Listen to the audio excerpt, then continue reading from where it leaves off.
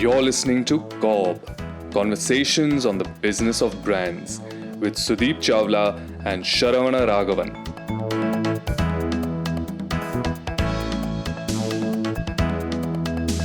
One of Amazon India's early campaigns was this ad called Aur Dikhao, talking about the range that they had. Do you know why that is every marketer's most favorite TVC ever? Because that's the gospel truth of every marketer when they work, especially when they work with creatives. Aur Dikhao, Aur Dikhao. And the great marketing gurus that we are, we take great pride in behaving like Steve Jobs. Whether we deserve to or not is a different thing. But we take great pride in behaving like Steve Jobs. We say, I will know a good creative when I see it. So I've run into a lot of these issues, especially with my clients and a lot of marketers saying, I like it, I don't like it when they review a creative. And obviously, that's not the way you judge a marketing creative.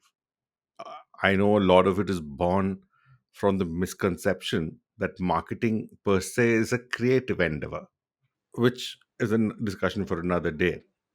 But what I want to ask you today, Sudeep, is about how does or how do marketers judge a creative that's in front of them? How should they do it? Interesting one, actually.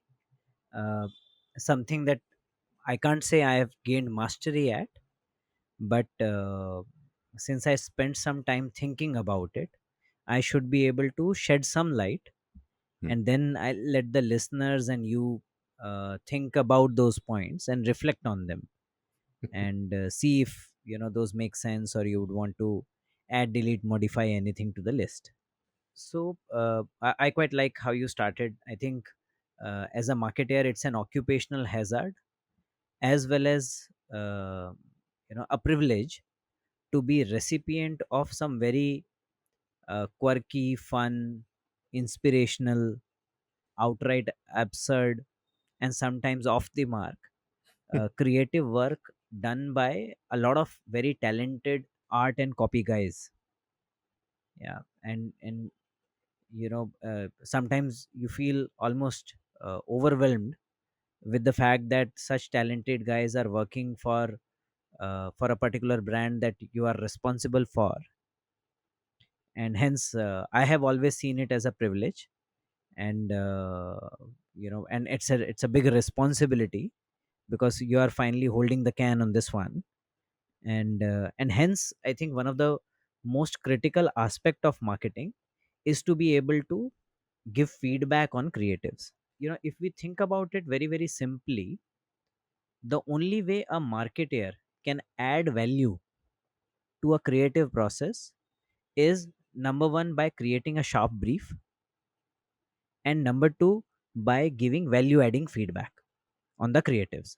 We had done one episode about brief earlier, where we spoke about the fact that you need to be able to articulate your business objective, marketing objective, communication objective.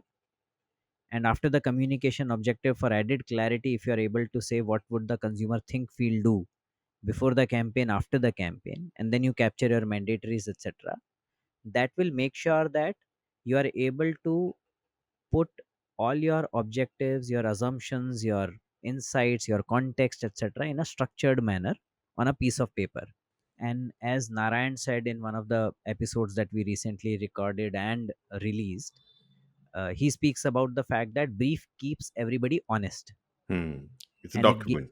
it's a Yeah. document, it's documented, so it gives you a criteria to judge, it gives you a criteria to say no, yes, etc., etc. Yeah, and hence I'm saying that making a sharp brief is one of the first things that one should do, and then one should aim at giving what would like to call as value adding feedback. Why do I call it value adding feedback? Why have I not call it feedback? Feedback honestly is a fairly abused term. All of us have been on the receiving side of the feedback during our appraisal processes, and a lot of the times it feels that it is not value adding. It is, somebody's just trying to justify what they really think. Well, they Yeah, already decided. but they've already decided, and hence therefore I call it value adding feedback. When I say value added feedback, I was just thinking how to define it. Right. I think just by the way you called it value adding feedback means there is value eroding feedback. And that itself is very clear to a certain extent. No, no, for sure. So, one of the things that I always tell all young marketers is that the way we think day in, day out about our brand, and usually the brand becomes the center of our universe. Similarly, when you're talking to creative teams, they are trying to generate ideas day in, day out. And some of those ideas are transferable across brands because they work with human insights. Now, those ideas, therefore, are like babies to them. Yeah, and they live with those ideas, they let those ideas grow, merge or fuse those ideas with your brand proposition, etc. And hence, if you honestly attack their idea, and you attack their creativity, etc., that is really value erosion. Becomes very personal to the creative mind. It does, and it does not take the creative process forward.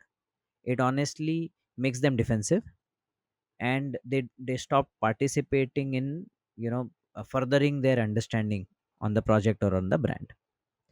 And hence value adding was the word that I used. Now, the way I go about defining value adding, it is an objective feedback that prompts reflection and enhances the understanding of the creative team, yeah, as opposed to demoralizing them. I've chosen this sentence carefully because there are three key words that I've put in there. First is objective, second is prompts reflection, and third is enhances understanding. If you're able to do all these three, then not only are you achieving the desired output for your brand, but you're also building an excellent agency partnership, such that the agency looks at you as somebody who is really wanting to invest time, attention, effort into making them more effective, Right. Inspiring them. inspiring them, thereby helping them achieve their objectives in a significantly better manner. And in the last 15, 16 years that I've seen, the power of having an agency that works like a partner can't be overemphasized. Absolutely. They, in addition to the brief, when the agency behaves like a partner, they keep you very honest, even when you tend to veer away on short termism at times. The agency actually takes the onus to bring you back on track. And I've seen that firsthand. I completely agree with you on that point. Correct. And before I dive deeper into all the aspects of what I call as value adding feedback, one of the and we should address this because we have all been guilty of it.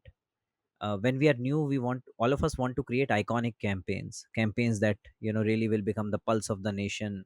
They'll be on the lips of every kid, young and adult, that goes out and about their lives.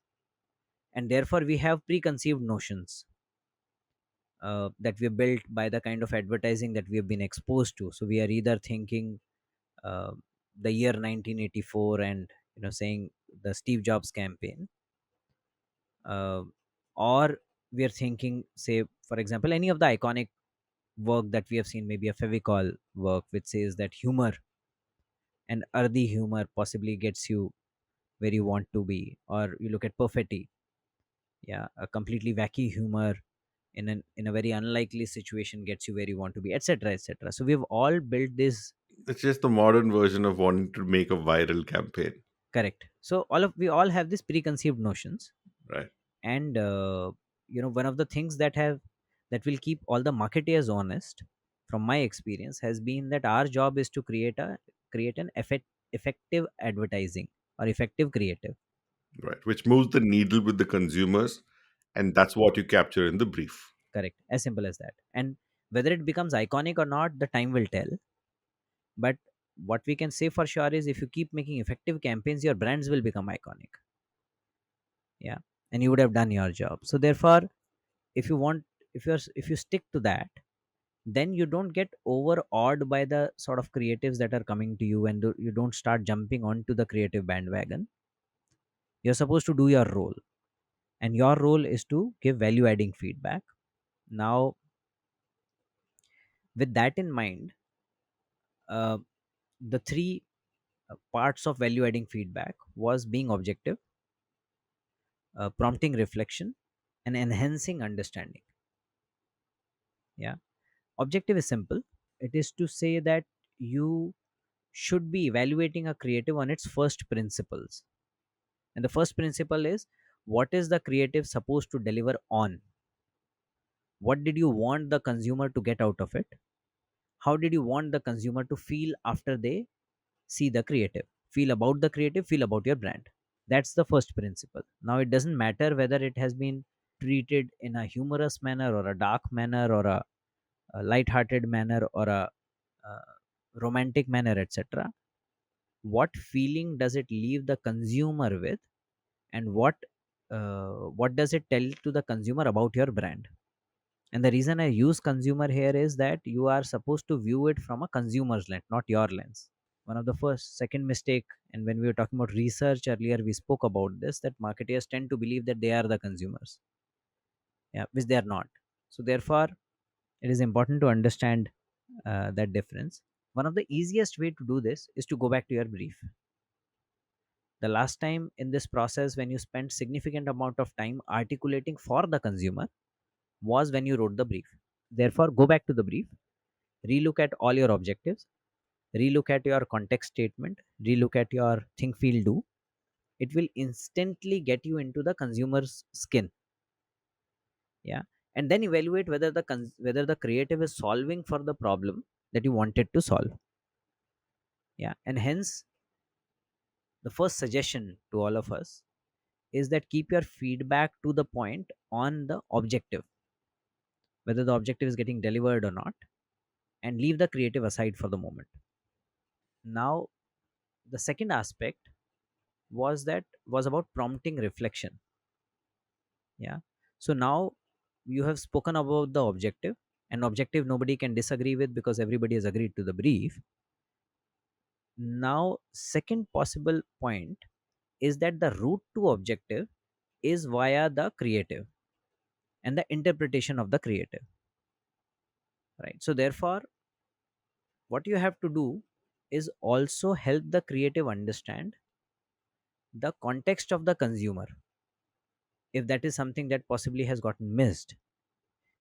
And the context of the, when I say context of the consumer, it means whether the consumer is educated, uneducated, whether the consumer possibly attitudinally, whether the consumer is conservative or modern, what age does the consumer come from, therefore what is the lingo that they understand, yeah, what are the kind of things which are normal for them, what are the things that are aspirational for them, etc., etc. Yeah, ideally all of that should, be delivered via the brief. But this is an opportunity to again refresh that if you think that the creative possibly is not speaking the same language that you want from a consumer lens.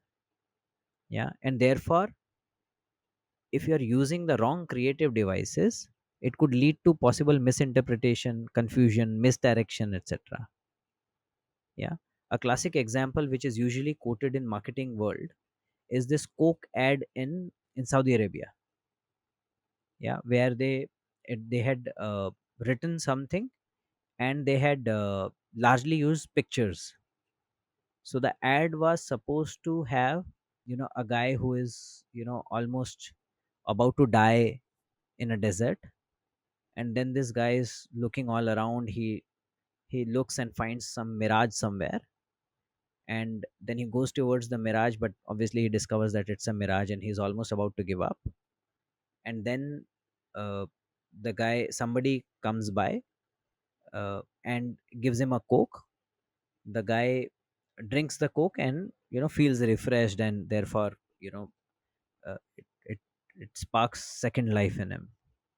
Now, while that's a simple ad, might not be the most creative one in the world, but the context that was missed was that Urdu is read right to left. So therefore, when you look at this ad, there is the guy who has a coke, feeling happy, then somebody comes and this guy gives him the coke, and then he's, now looking at mirage, and then he's about to die. Yeah, and the meaning of the ad and the whole context and etc completely changed in their head. While the story was fine, but when you reverse the story, it does not make sense. And why would you reverse the story? Because the Urdu ad is read from right to left versus Hindi, which is read from left to right. So therefore, if you arrange these pictorially next to each other, you will tend to read the story the wrong way. So again, that's a consumer context. Yeah, there are times when you find that some of our creatives possibly are fairly young of age, and therefore some of the terms or lingo that comes naturally to them might not work for your TG if you are supposedly talking to adults, yeah, 45 and above, etc. Yeah, so those are the things which ideally should get emphasized during the brief, and the creative should sympathize with it or empathize with it.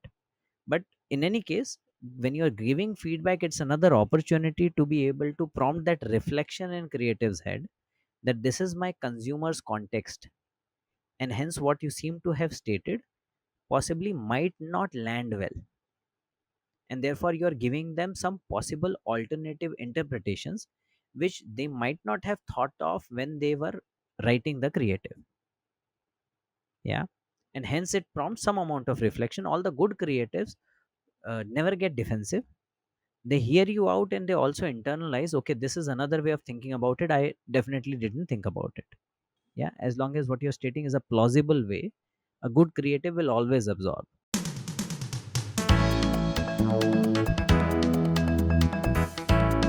You're listening to CoBB, Conversations on the Business of Brands. Your hosts are Sudeep Chawla, marketing practitioner, business leader, and educator to advertising and marketing professionals, and Sharavana Raghavan of Vitral Brand Expertise, growth consultants to consumer facing brands and businesses. For more information, go to cobcast.net. If you find this podcast helpful, please help us by telling your friends and rating us. We first started with being objective, which is we picked up the brief, checked against the objective, and we checked against think, feel, do, etc. Number two, we made sure that we checked it against the consumer context, and therefore if there was any misinterpretation, chance of any misinterpretation, etc., we prompted reflection amongst the creative. Then comes the third piece, which is about enhancing understanding. Yeah, through this process, the entire thing that you've done thus far, what you've done is, and this is where the intent comes in. If your intent is to critique, or as we euphemistically say, push the creative team, so the guys sitting in front of you deal with clients day in day out, so they understand where you're coming from. But if you genuinely interact with them with the intent to increase their understanding, enhance their understanding about, for example, how would their creative be evaluated against an objective stated in the brief, if there are any nuances of the objective that they seem to have missed, if there are any nuances from the context of the consumer that they seem to have missed, possible interpretations of their creative depending on the context of the consumer.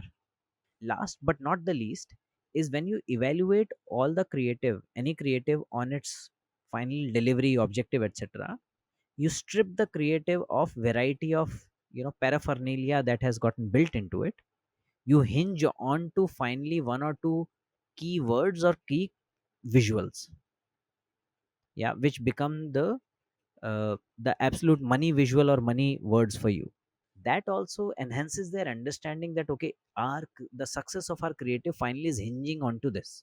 This is something which is delivering the essential understanding. Everything else creates engagement, draws the consumer in, makes it memorable, etc., but all of that is worth it only if these two things work.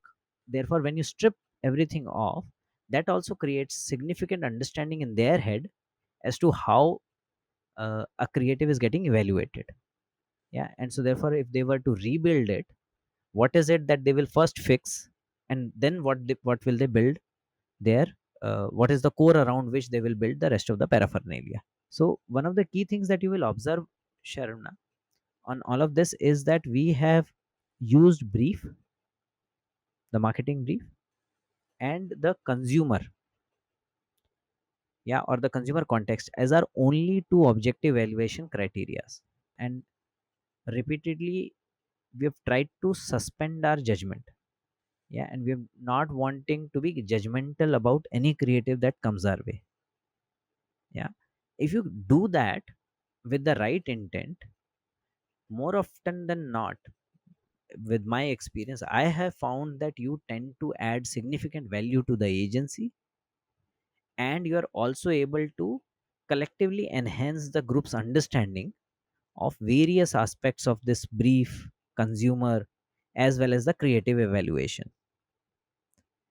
That, I think, really creates a very good creative feedback loop, and thereby leads to what I was other previously referring to, a healthy client agency relationship, which is mutually beneficial. Got it. So, if I were to summarize the three steps you mentioned, Sudeep, Hmm. the objective is to look at the brief and have your checklist, if I can use that word, Yeah. and see if the creative is ticking every box on the checklist. Yeah. Then you prompt reflection by saying, this is what is in the brief, and this is what the creative is doing vis a vis the checklist. And these things may not be interpreted the right way or interpreted in a different way, because this is the reminding the creatives of the consumer context. Yeah. And then enhancing understanding is to basically push the creative with what's already there, which is the creative and the consumer context, and imbibe it even further in them to get them to think in a different direction, or think in a possibly on an elevated plane, if you can say that, to come up with a different version of it. Yeah. So enhanced understanding also is about the fact that uh, throughout this process, when you are analyzing the creative, all of that tends to enhance their understanding. Yeah. The key thing that you want to deliver in this step is that what are the one or two key words and visuals in the creative which will make or mar the final comprehension of it. Yeah, and hence what is something that they have already solved for or they have to solve for when they come The back to it. underlining aspects. Yeah. Yeah. Got it. So I have a follow-up question to this. Yep. Now, all of this sounds very clear as usual. Now, there is something called this creative magic. My first question is, how do I, as a marketer, inspire this creative magic? Because this merely ticks the boxes for me, right? How can I help the creative to go above and beyond than just what the brief is asking them to do? Hmm. See, I think I'm a firm believer of creative magic. I have seen a lot of the directors that I worked with lifting the script several notches after we have got one or two versions right. The first part of the job is done by the agency. So, for example, I used to work with Ogilvy. So, basis the core brief, etc., they will come back with some scripts. Yeah, and from amongst those scripts, we will either choose one or we will give some feedback, etc., etc. And that particular script would then go to a director. Hmm. The director would then really lift it up several notches. Hmm. Yeah. So I feel that a beautiful building can only be constructed once your foundation is strong. And this is the process to lay the foundation. Correct. So getting your brief right, giving the first set of feedback, etc., is all about laying the right foundation. Got it. And then you leave it to the experts. And therefore, I have always strayed away from giving creative solutions. That is my next question, actually. Hmm. So sometimes, let it be a jingle or a TVC or even a digital creative, while I can be objective and follow the process that you're giving, I'm a marketer and I'm very close to the brand. Hmm.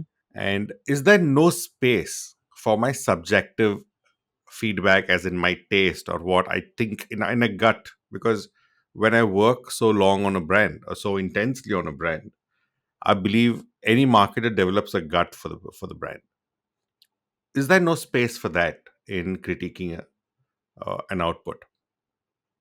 I would say, Sharon, that the cut has to come from one of the two things: either the brief or the consumer context. It can't come from anywhere else. Yeah, you are No either. personal preferences or tastes. I think you can't have. You are not the consumer, so therefore you can't have a personal preference. You will either speak for the consumer or you will speak for the strategic objective. Strategic objective is what brief represents, Right. and consumer is what is consumer represents. So therefore you either speak from the brand side or the consumer side. They can't be the brand manager's side, right? Then you're honestly trying to do a creative's job, which the creative can do 100 times better than you. Perfect. That's very matter of factly, brutally put. Yeah, so there's a Hindi saying which says जिसका काम उसी को साजे और कहे तो और करे तो डंडा बाजे, right? So you should let the experts do their job. If somebody else tried to do it, they will get beaten up. I think that's very brilliantly put, because the fact that you like something creative, and if it's at odds with the person whose job it is to make it creative, you really are doing something seriously wrong, and the process has not been followed. Hmm. I think that's very, I think you put it in a very casual way. And I think, but this is going to hit a lot of marketers, brand owners, and spouses of brand owners very hard. Because I've had a client who's approved a creative, gone back home, spoken to his wife, and then come back and said, "My wife doesn't like it. I want to change the creative." So, Hmm. I've had that happen. So that's been one extreme case. But I've been told from the agency side that it's not a one-off case. So That's possible. Say, for example, uh, your friend, your wife, or anybody, if this look at a creative and they might have some kind of a reaction, that reaction could spark a thought in your head, mm, and so therefore it might lead to second opinions, doubts, etc. But right, as a marketer, you will, you because you're continuously thinking about the brand and the creative and everything, you will get such doubts, and right, there's no problem in harboring such doubts. The only submission I have is that those doubts have to be filtered via one of these two objective sources, absolutely. and if you still find them valid, you should feel absolutely sure to take them up with the creative team. And if they're not valid, if they're not passing through the consumer or the brief filter, then I think you should leave it to the creative's judgment. And more importantly, that's a learning for you. Absolutely. So the next time you hear an opinion, you should therefore develop a better gut. Exactly. I think this is the best way to practice your gut and build a genuine gut for creative judgment as a marketer. That's brilliant, Sudeep. I think this is very pithy and very neatly, and one of your most brutal statements on the podcast so far. I'm glad to have opened up that side for you. Thank you, Sharon. This was fun.